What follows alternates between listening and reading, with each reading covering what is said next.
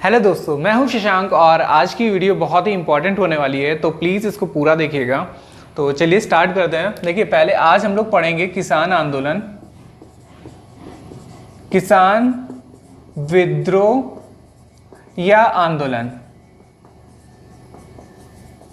ठीक है, जितने भी हमारे किसान आंदोलन या विद्रोह हुए थे तो उसको देखेंगे। इंपॉर्टेंट। तो सबसे पहले देखिए, इस पे हम लोग क्या देखेंगे, कहाँ हुआ था ये आंदोलन।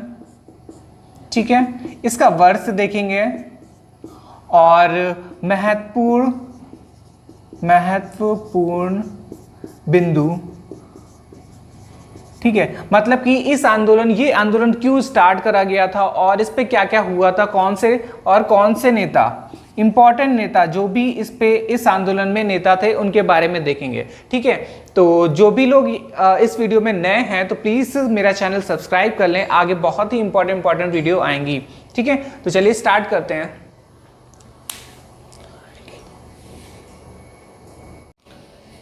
पहला देखेंगे नील आंदोलन। ठीक है, तो पहला नील आंदोलन हुआ था बंगाल में और टाइम पीरियड था इसका 1859 से लेके 60 तक की। ठीक है, तो सबसे पहले याद रखेंगे नील आंदोलन कहाँ पे हुआ था, बंगाल में हुआ था और ईयर क्या था 1859 से लेके 60 तक की। ठीक है, अब फिर इसके बाद इसके इंपॉर्टेंट पॉइंट्स देखते हैं।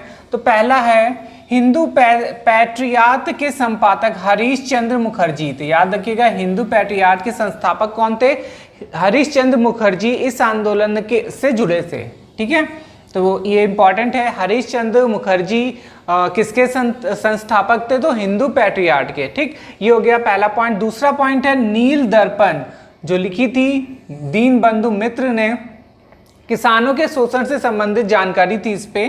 ठीक है, तो याद रखिएगा नील दर्पण किसने लिखी थी, दीनबंधु मित्र ने, और इस पे क्या था, किसानों के शोषण से संबंधित जानकारी दी थी इस पे। और फिर ईसाई मिशनरियों ने भी नील आंदोलन का समर्थन किया था। ठीक है, तो मेन इंपॉर्टेंट दो पॉइंट है, एक ये पॉइंट, तो ये वाला पॉइंट। ठीक है, ये याद रखिएगा, ईसाई लोगों ने भी इस पे नील आंदोलन में समर्थन किया था। ठीक, तो ये हो गया हमारे 3 पॉइंट नील आंदोलन के। ठीक,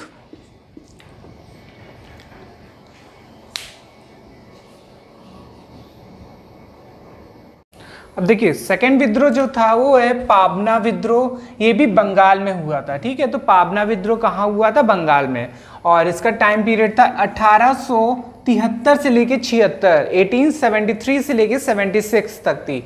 ठीक है, अब देखिए इसके इंपॉर्टेंट पॉइंट्स देखते हैं। पहला पॉइंट है हमारा जमींदारों द्वारा लगान की कर, ठीक है, लगान की दर बढ़ाने और काश्तकारों को जमीन के अधिकारों से वंचित करने के कारण। ठीक, पहला कारण हमारे यहाँ पे हो जाएगा जमींदारों द्वारा लगान की कर को बढ़ा दिया गया और काश्तकारों को जमीन के अधिकारों से वंचित करने का कारण था। ठीक है, और जो सेकंड था इस पे परिणाम निकला था कि 1885 में बंगाल काश्तकारी अधिनियम पारित किया गया। ठीक है, तो याद रखिएगा बंगाल काश्तकारी अधिनियम का पारित करा गया 1885 में। ये 2 पॉइंट हो गए पाबना विद्रोह के, जो कि हुआ था बंगाल में और 1873 से लेके 76 तक की। ठीक है, ये हो गया सेकंड।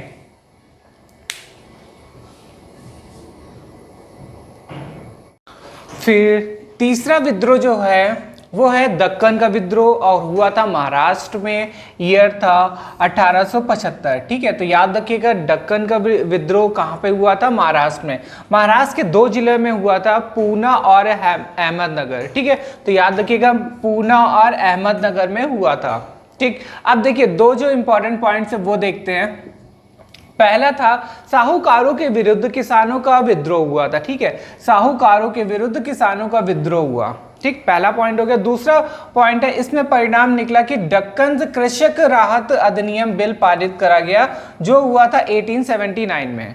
ठीक है, तो 2 पॉइंट हो गए इसके दक्कन विद्रोह का।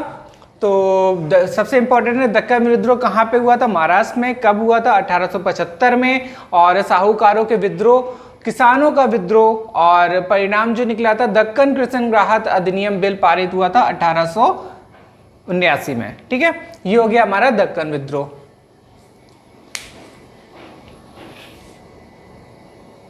फिर नेक्स्ट है चंपारण सत्याग्रह, ये बहुत ही इंपॉर्टेंट है।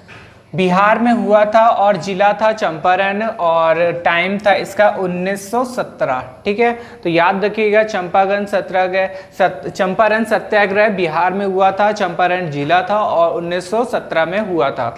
अब देखिए इसके जो इंपॉर्टेंट पॉइंट है वो देखते हैं। चंपारण में 3 कठिया प्रथा, तो याद रखिएगा 3 कठिया प्रथा से संबंधित है। अब देखिए 3 कठिया प्रथा क्या होता है उसको देख लेते हैं, जिसमें किसानों को अपनी जमीन के 3/20 भाग पर नील की खेती करनी पड़ती थी। ठीक है, तो 3 कठिया प्रथा क्या हुआ, किसानों को अपनी जमीन पर 3/20 की खेती करनी पड़ती थी। ठीक है, मतलब कि 20 पार्ट में 3 पार्ट में आपको नील की खेती करनी पड़ेगी। ठीक है, और गांधी जी के नेतृत्व में ये प्रथा, ये मतलब कि ये सत्याग्रह स्टार्ट हुआ था, चंपारण सत्याग्रह। ठीक है, अब देखो गांधी जी को बुलाया किसने था, वो थे राजकुमार शुक्ल।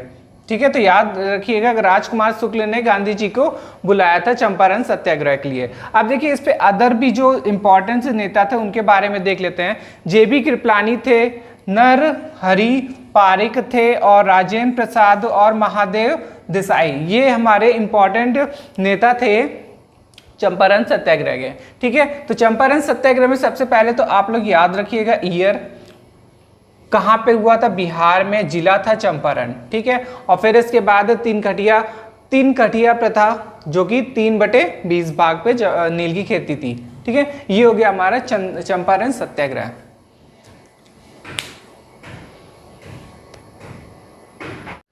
अब देखिए ये खेड़ा सत्याग्रह जो खेड़ा सत्याग्रह हुआ था गुजरात में हुआ था, 1918 में हुआ था। ठीक है, तो गुजरात में हुआ था और 1918, तो याद रखिएगा खेड़ा सत्याग्रह गुजरात में और 1918 में हुआ था। अब देखिए ये किस लिए करा गया था इसके बारे में देखते हैं। सरकार द्वारा फसल खराब हो जाने के बावजूद भी लगान वसूली के खिलाफ था ये, तो याद रखिएगा। जैसे कि अभी का इस पे एग्जांपल ले लीजिए, जैसे कोरोना काल में क्या हुआ, जो भी लोग दुकान लिए थे किराए पे, अगर कोरोना काल में सारी चीजें बंद थी तो दुकान का किराया भी उन लोगों को देना पड़ा था। ठीक है, तो इससे आप लोग मैच कर सकते हैं। खेड़ा सत्याग्रह किस लिए था, सरकार द्वारा फसल खराब हो जाने के बावजूद भी लगान वसूली के खिलाफ था। ठीक है, तो इस पे इंपॉर्टेंट जो नेता थे वो हो जाएंगे गांधी जी और वल्लभ भाई पटेल और इंदुलाल याग्निक। ठीक है, तो 3 इंपॉर्टेंट नेता हो गए, और भी काफी थे बट ये इंपॉर्टेंट, सबसे ज्यादा इंपॉर्टेंट थे नेता। ठीक है, गांधी जी, वल्लभ भाई पटेल और इंदुलाल याग्निक, ये हो गया हमारा खेड़ा सत्याग्रह और उसके इंपॉर्टेंट पॉइंट्स। अगला विद्रोह है मोपला विद्रोह। ठीक है, जो कि हुआ था केरल के मालाबार तट पे।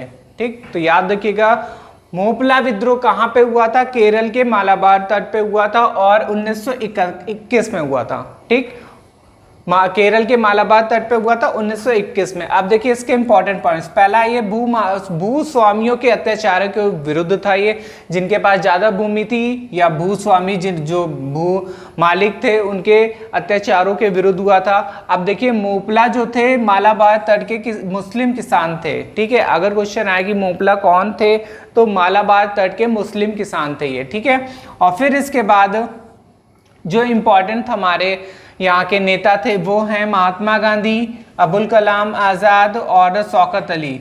ठीक है, इनका समर्थन मिला था इस पे। ठीक, तो याद रखिएगा सबसे पहले मोपला विद्रोह कहाँ हुआ था, केरल के मालाबार तट पे हुआ था। कब हुआ था, 1921 में हुआ था। मोपला कौन थे, मोपला मालाबार के मुस्लिम किसान थे। ठीक है, तो ये हमारा हो गया इंपॉर्टेंट। और किसके खिलाफ, मतलब कि मोपला विद्रोह क्यों हुआ था, भूस्वामियों के अत्याचार के विरुद्ध हुआ था। ठीक, ये हो गया हमारा मोपला विद्रोह।